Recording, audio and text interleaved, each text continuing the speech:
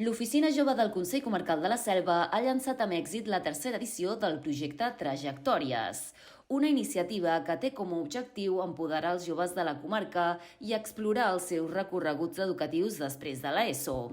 Aquesta plataforma permet als joves expressar les seves experiències i inquietuds, revelant les dificultats que molts han d'afrontar en la seva trajectòria formativa. Trajectòries és un projecte que impulsem des de l'Oficina Jove de la Selva i consisteix en uns vídeos, aquesta és la tercera edició, són 10 vídeos de 10 persones joves de la comarca, de diferents municipis, i ells mostren i expliquen la seva trajectòria laboral i formativa. Aquests vídeos també van acompanyats d'uns cartells que pengem als instituts i també de tallers i xerrades que realitzem amb els mateixos joves als instituts de la comarca, on ells expliquen en primera persona la seva experiència laboral i formativa. Sobretot els joves de quart d'ESO que estan en un moment on han de decidir una mica quin és el seu futur professional i els hi costa una mica decidir a vegades, doncs poder tenir exemples de persones reals que els hi expliquin el que han fet i quines opcions formatives poden tenir laborals, doncs els ajuda a prendre una decisió més conscient i a estar més tranquils en aquest procés de prendre decisions.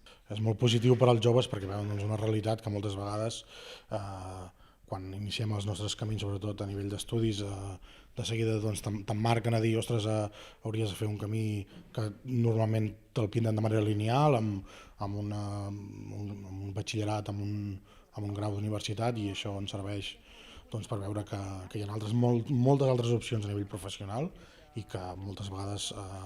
allò que hem estudiat o que ens havíem marcat no acaba sent el nostre estil professional, però que igualment les oportunitats hi són i que són molt diverses. Estem en una comarca que s'aposta per unes polítiques de joventut i unes polítiques que funcionen. Ve a dir que és un moment complex, que els joves, sobretot del moment de la postpandèmia, cap aquí apareixen problemes, però treballem per solucionar-los. Estem contents, per això tenim molta presència a la comarca, sobretot als instituts, i això ens ajuda cada vegada a poder fer atencions més personalitzades i a poder detectar aquests problemes per intervenir el més aviat possible. La tercera edició de Trajectòries torna a posar de manifest que l'elecció del camí després de l'educació obligatòria no és un recorregut senzill ni lliure d'obstacles. Les veus dels joves resulten fonamentals per captar i abordar les desigualtats que afronten.